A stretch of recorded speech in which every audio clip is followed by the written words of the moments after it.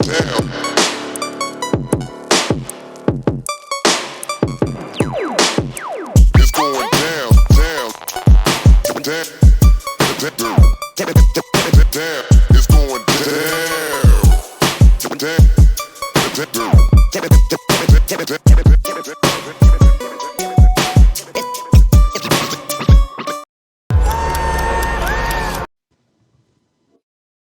started getting some visitors from every universe. Hello, Peter.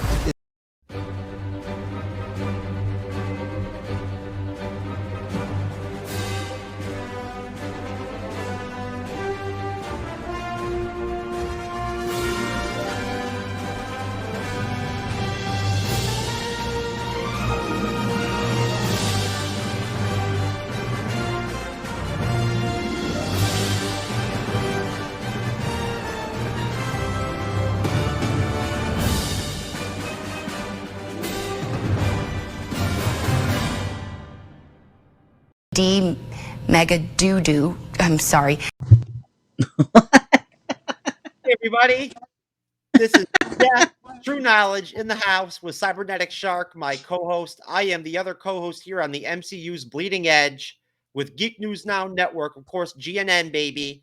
And we are here just to do a real quick Spider-Man TV spot slash promo slash trailer kind of watch and react real quick.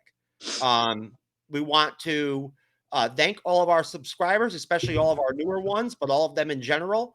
We appreciate all of you who decide to come and check us out and subscribe to us after today.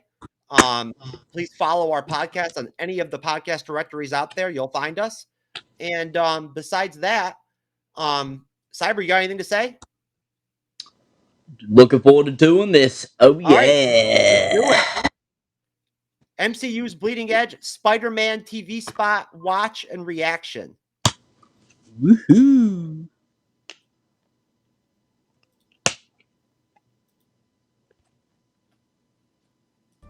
Ever since I got bit by that spider, I've only had 1 week where my life has felt normal. That was when you found out.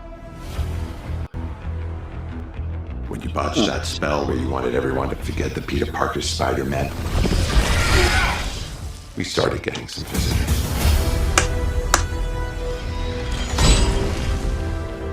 Hello, Peter. The multiverse is real? Peter, you're struggling to have everything you want while the world tries to make you choose. You're not gonna take this away from me.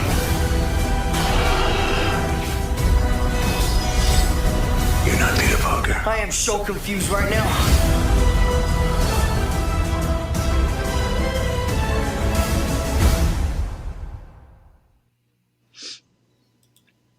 That is a fan trailer.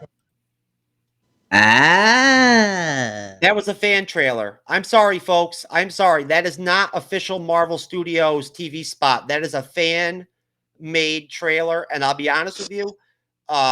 Look, I try to be pretty professional with this stuff, but there's so much different stuff going on right now on YouTube with these Spider-Man TV spots, promos, trailers.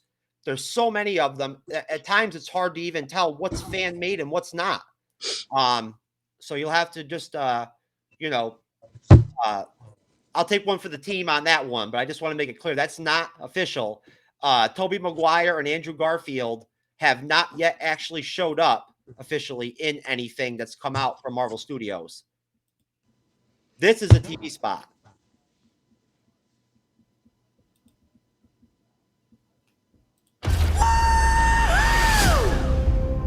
Look at this place and all the possibilities. Hello, Peter. Do I know you? This Christmas, They're a danger to our universe. Spider-Man's greatest enemies are unleashed in IMAX. I promise I'll fix this. Spider-Man: No Way Home. Experience it in IMAX December 17th.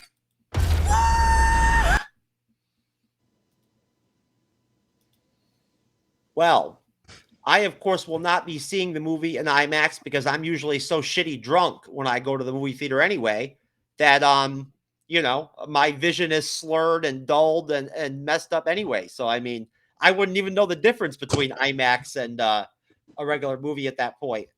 No, I'm just kidding. I'm just kidding, folks. Um, I never get shitty drunk. But Sure. anyways, I got another one. This is another official TV spot. Official TV spot. Yeah, people. Oh, yeah.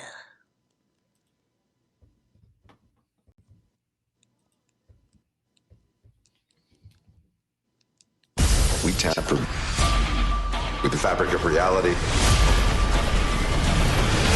What's happening? It's starting to come through and I can't stop him.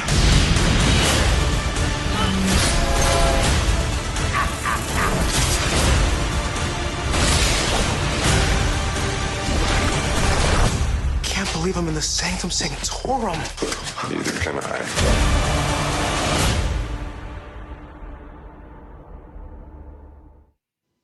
We tamper with the fabric of reality.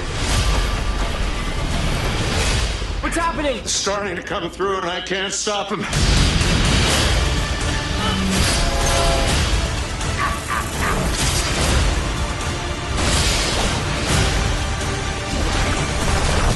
Can't believe I'm in the Sanctum Sanctorum. Neither can I.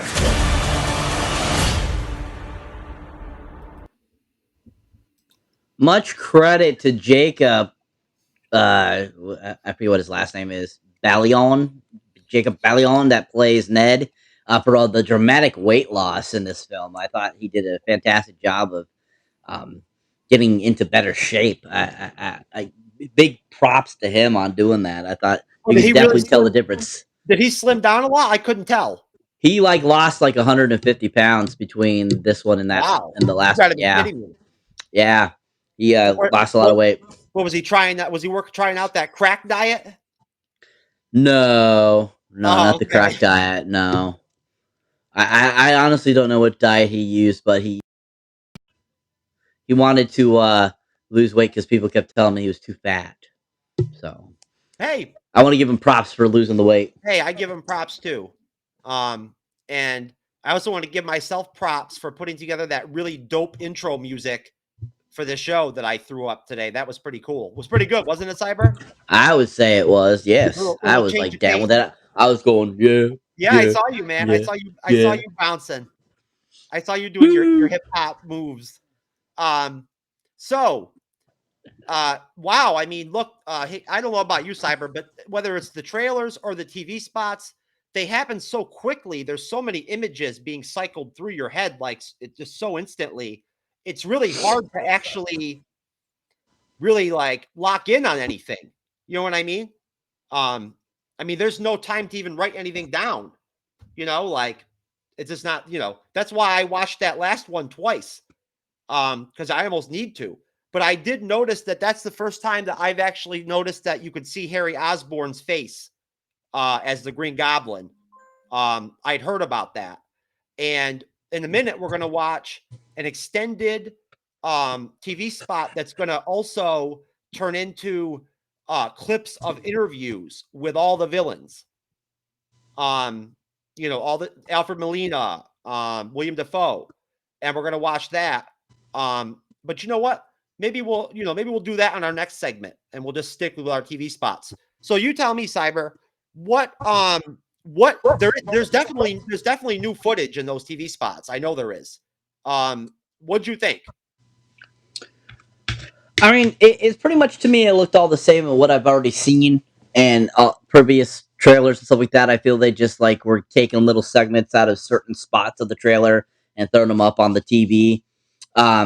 I personally, I don't get why they decided to have Green Goblin all of a sudden go, Green Goblinless. He'd make him more look like Hobgoblin. I'm not sure why they decided that, to make Willem Dafoe not have the mask on. That's definitely an interesting choice. I'm not a big fan of it because, to me, his character was Green Goblin with that giant mask, which, I mean, they briefly show him in it, But for some reason, all of a sudden, we're seeing him without the mask, and I just don't get that whole idea. So it'll be interesting to see actually what ends up coming of that, like what that's actually going on. Is that another, Green Goblin from another dimension besides the one from the actual 2002 Spider-Man film? And it'll be interesting to see what's going on. But I mean, overall, all those TV spots are very similar. They all, show some great action going on between the villains and Spider-Man, and kind of, taking you around in a loop, kind of, making you focus on that so that you're not try to focus on what else is going on in this film. So I think they're doing a good job of keeping you guessing throughout those, episodes and so forth. Well, there's just a lot of shit going on in this movie. Overall, I mean, it's a ton of stuff going on, ton of characters. Just they just loaded it up. And I don't know, I've heard, people say that with the other Spider-Man films, they've always put everything out there in the trailers, like completely, like they've given you the whole movie or whatever in the trailers. Do you think that's what's going on right now? I honestly no. I think there's a lot more that we haven't seen, and I think that they're taking their cues from past people telling them that they put too much in the trailers and trying to keep us guessing. I definitely think that pretty much all the trailers, I feel we've gotten a little extra snippets of filmage in them, but for most part, it's always been the same thing. It's the same thing. It shows Doc Ock, getting introduced to Peter Parker, Tom Holland's Peter Parker, and we get, a visual of like the enemies, and that's pretty much it. And then that one scene where Zendaya's character is falling down. So I feel like they're giving us just enough to like entice us, but they're trying to keep as much of it secret because they don't want to ruin it like they have with the previous Spider-Mans because they want this one to be so successful. So I think they are keeping us. They're not giving us as much as they usually do. Sometimes may be good, sometimes may be shit. Yes. Yes. No. So, no, I agree with you. I think that they've still got tricks up their sleeve. What would you, if you had to rate it 1 through 10, what's the likelihood you think that Scarlet Witch is going to pop up in the movie? I would give it a 8. Really? I would give it 8 because they, even back when they were first starting to do Doctor Strange 2, they started filming that. There was sightings of her on the set of Spider-Man.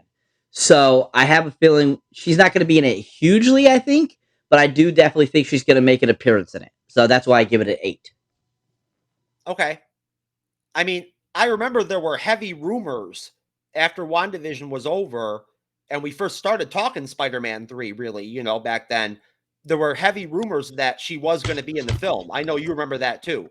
If I had to rate it, I'd say that where I'm at with it right now, I'm at like a 6. Like I'm at a solid 6. That so I'm optimistic. You know what I mean? Like I'm not middling, but at the same time, I'm taking I'm kind of leaving a little bit of room just in case she doesn't pop up. I'd like to see her in the film. I would enjoy seeing her. And so what did you think of Jamie Foxx's Electro's new costume? Oh, it's so much far better than what they did in the Amazing Spider-Man 2. Oh my god, making him blue and looking like he did, he looked like a freaking Smurf. It was like so stupid looking. And I mean, I get where they were trying to go with it because he was an amalgamation of this incident that happened that caused him to become the Electro and stuff like that. I get what they were trying to do, but it just did not look good on Jamie Foxx. He did not look prosthetically pleasing. And then this look is so much better. I mean, he looks still normal. He's given a suit almost like kind of like Shocker and Scorpion and Vulture in the comics and stuff like that. It's very similar to that type of deal where they give him actually a suit. I think that was a lot smarter choice and a really good collaboration between Marvel and Sony. So I think they're definitely stepping up their game on who Electro is. And they gave it, and Jamie Foxx is getting a better chance of redeeming himself from what he was because, and by far, his performance wasn't horrible in The Amazing Spider-Man. It just his look looks stupid. Well, the Lizard looks great so far from what I saw. The Lizard, he looks awesome. He looks exactly the same. but he's, I mean, maybe it's just the fact that I haven't seen him in so long, you know, like cinematically. But Sandman looks awesome in these TV spots and trailers as the face and everything. Like, he looks awesome. Yeah. That battle, I don't know what part of the film that is. I don't believe that's the final battle at all. I don't think it is. Oh, probably not. But that battle where you can see that all the villains are like either in the air or they're like on scaffolding or like on a rooftop or something like that. And then you see Spider-Man to the left and he's like flying or whatever. Looks awesome. It looks awesome. Mm-hmm. So basically, guys, that is just us going ahead and showing you these new TV spots, giving you a little bit of a reaction on them. And that's all we got for today. So for Cybernetic Shark, this is Jeff, True Knowledge. We out. Peace.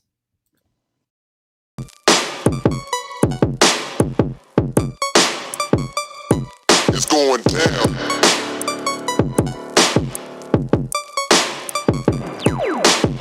It's going down, down, down, down.